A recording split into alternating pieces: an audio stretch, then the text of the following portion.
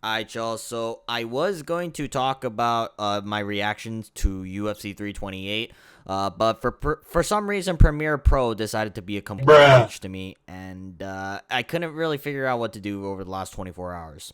But I think I figured things out now. Fingers crossed that this video comes out for y'all. So instead, we're gonna be talking about every fight to make following UFC 328, and I'm gonna kind of give my reactions to all of the fights or like all the fighters that fought on this card and just break down like who they should fight next based on how well or poorly they performed. So without wasting any more time though, here are all the matchups to make following UFC 328. Now, if you had told me that Sean Strickland was going to win this fight via split decision against Khamzat Chimaev, I would have called you a straight up retard. But that's what happened in this fight because after the first round, Chimaev really couldn't implement any sort of efficient grappling, and slowly Strickland was able to zap at the gas tank and just hard push him around for like 5 rounds. It was a very fascinating thing to watch, but I think I'm gonna go with Nasruddin Imavov as Strickland's next opponent. Like, could you run the trilogy with Dricus? Yes, but I'm gonna be real. Like, I don't know if Dricus, like, he honestly deserves it. Like, yes, he has 2 wins over Strickland, but ever since he lost to Chimaev, like, he's just been off the face of the earth. And he was supposed to fight Brendan Allen, but I don't know. Dricus, like, literally didn't say anything. And he's technically coming off a loss. I would at least like to see someone fight for the title if they're coming off a win. And yes, Dricus did have a couple of title defenses, but it wasn't like he was on a generational run by any means. So I would like to see Sean Strickland versus Nasruddin Imavov as the next middleweight title. And I would like to see Dricus fight Brendan Allen or anybody within the top 5. But yeah, either way though, I think that this is also a very compelling matchup considering that they have history. You know, Strickland did fight Imavov on short notice and beat him in the past. But Imavov has since bounced back and got like 5-6 wins in a row. So I think that this is a fresh enough matchup in the eyes of the fans. And considering that Imavov should have got a title shot like years ago, I would say that Nasruddin Imavov, it's time we stop just like trolling this man and let's give him the next title shot and have him fight someone that he despises, all right? We kind of know Nasruddin Imavov's opinions regarding Sean Strickland. So I think that would be an interesting build-up. It probably will end up with Sean Strickland jabbing and teeping to a 49-46 decision. But either way, though, I think that the build-up for this fight would at least be fun. So I'm going to go with Sean Strickland to fight Nasruddin Imavov in order to defend his middleweight title.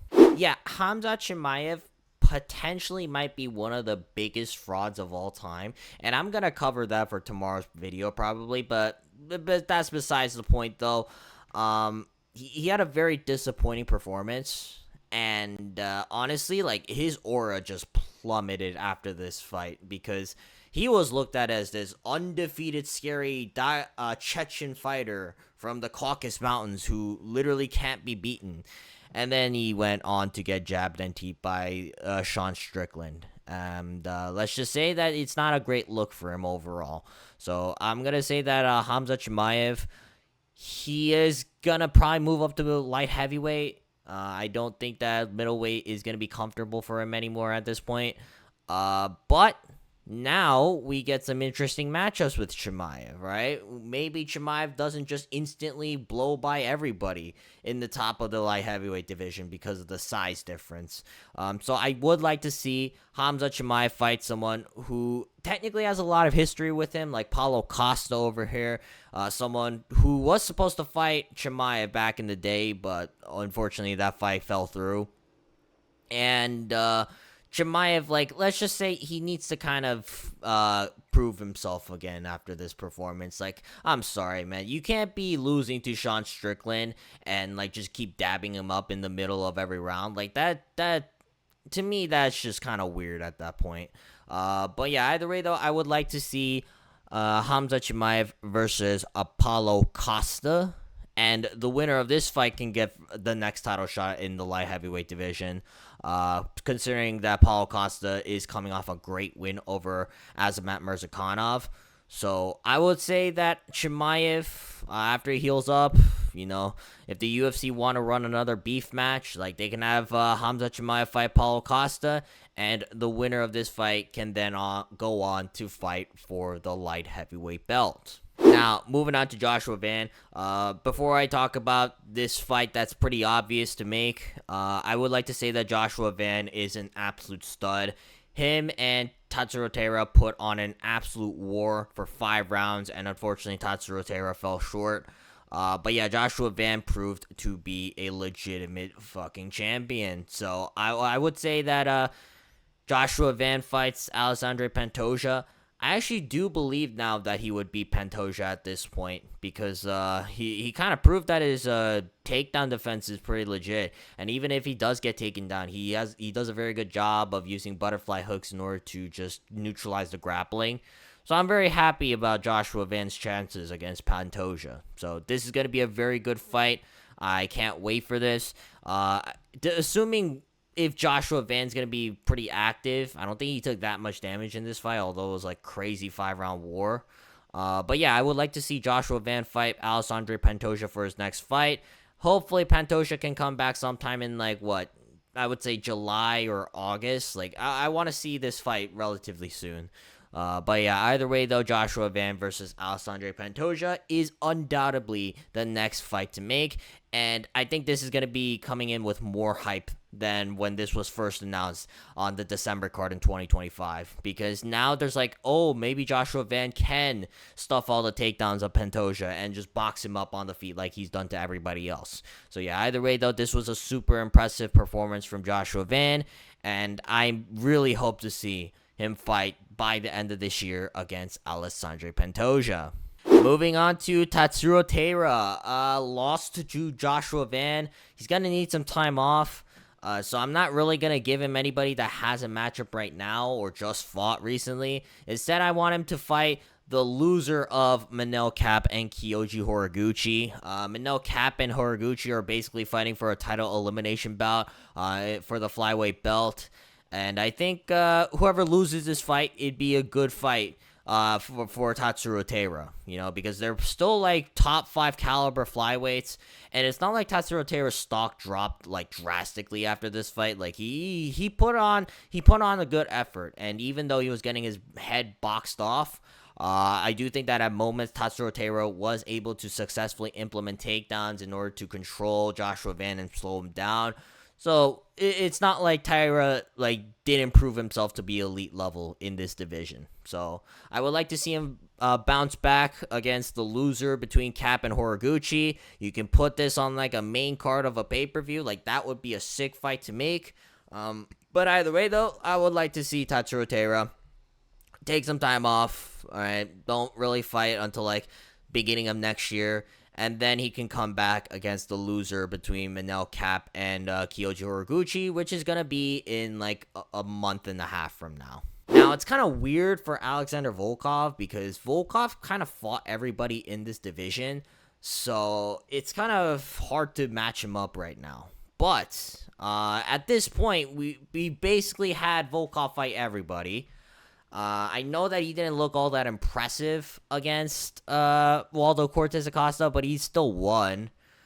And I would say maybe if Hawkett beats Derek Lewis, maybe then we can run that back. But I just feel we're just doing Volkov a little bit too dirty at this point. So I would say Volkov, just ice yourself out, wait for the belt. I don't know if that's gonna be feasible though, considering that there's going to be a kind of a line for the heavyweight belt. We have Aspinall recovering from an injury. We have Pereira versus Gon, which is going to come up in June.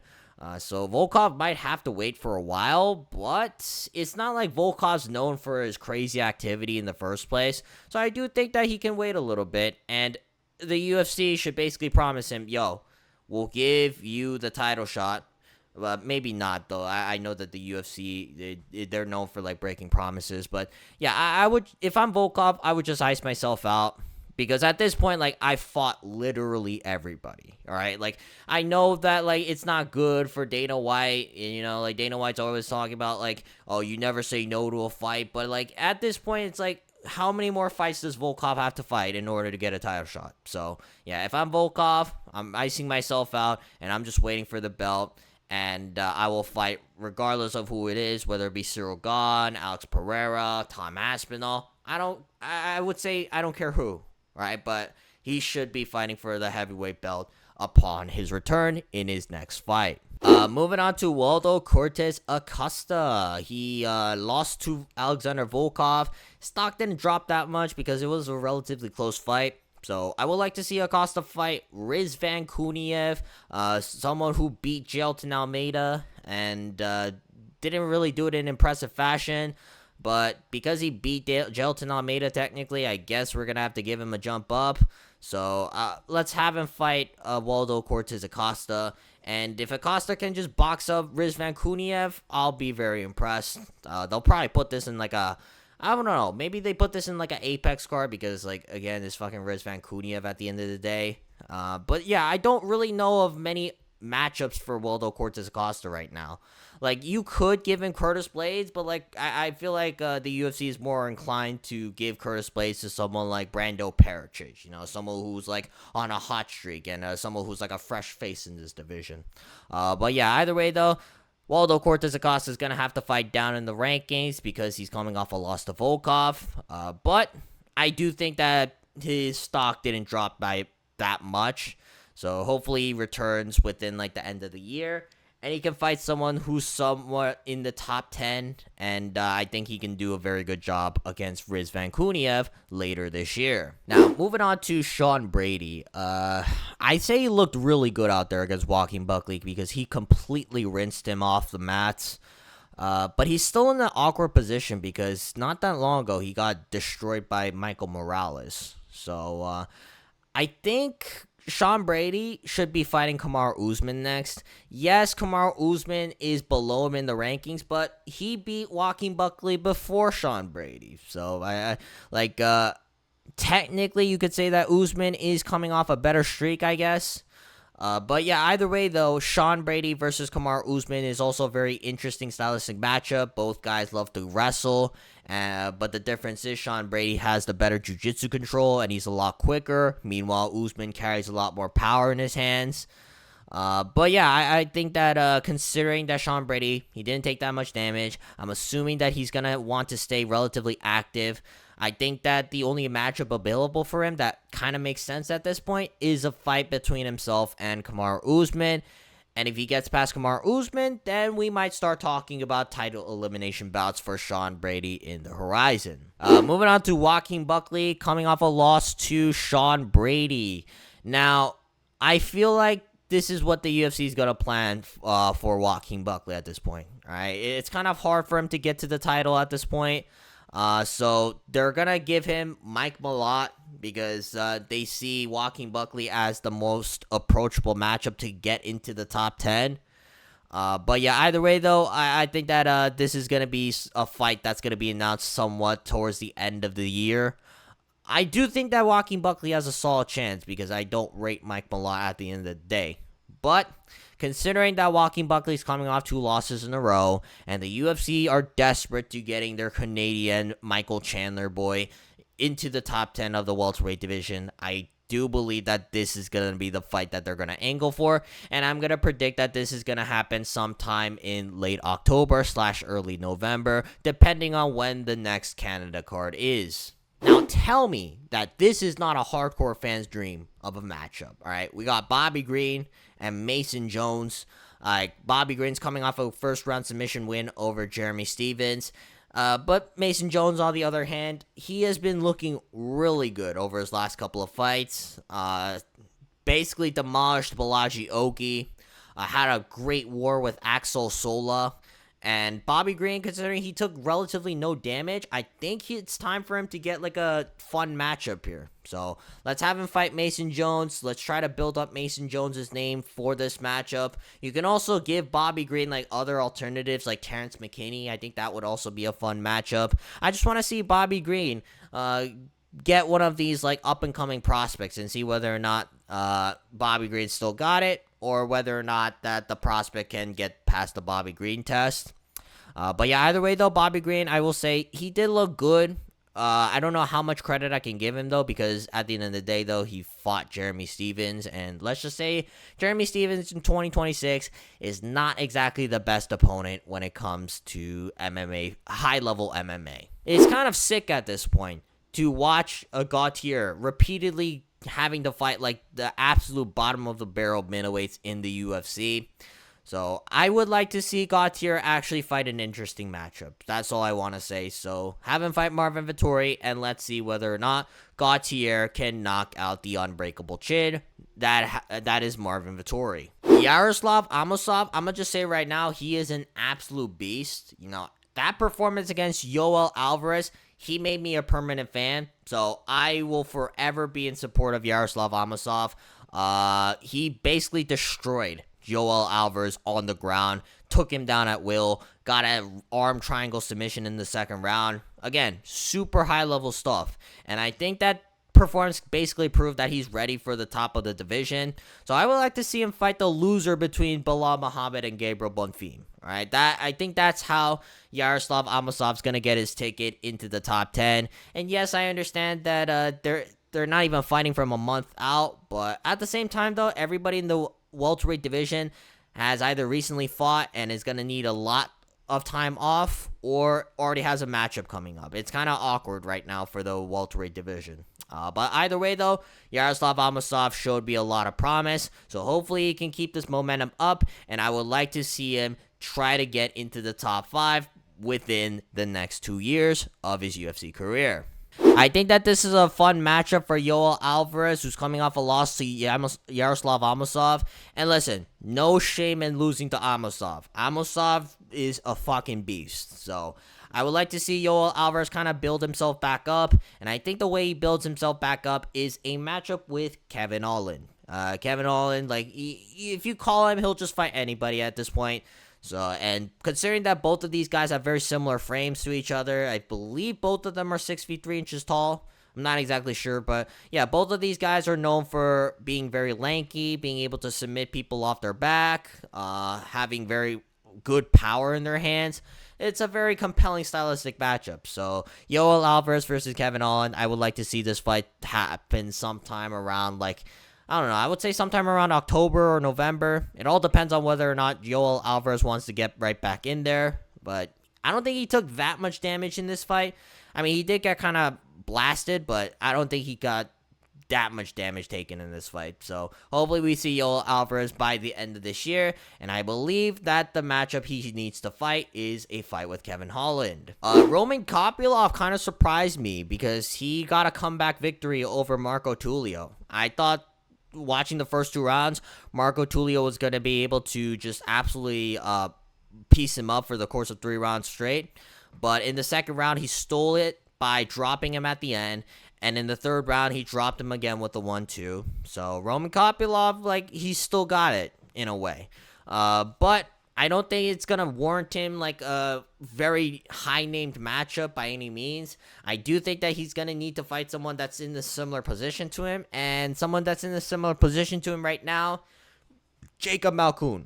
All right, Jacob Malkoun, coming off 3 wins in a row. Hasn't really looked impressive in any one of those wins, I will say that. But because Roman Kopylov and Jacob Malkoun, I feel like in a way they can kind of test each other's strengths and weaknesses. We kind of figured out that Roman Kopylov, like, if you don't get bitched by him early on, like, he is very susceptible to shutting down in the later rounds.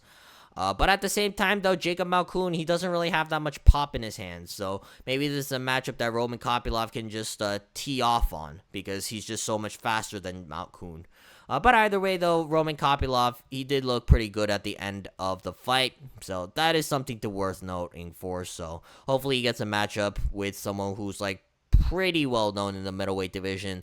And if he can win against Jacob Malkoun, then we start talking about people just outside the rankings of the middleweight division once more. Alright, that's going to be it for this video. If you guys want to see more videos like this, please make sure to like and subscribe so we can monetize this channel. But leave your comments down below what you guys think about UFC 328 overall, as well as these hypothetical matchups, and leave your hypothetical matchups in the comments down below. But otherwise, though, like and subscribe, and I will see you guys next time. Peace.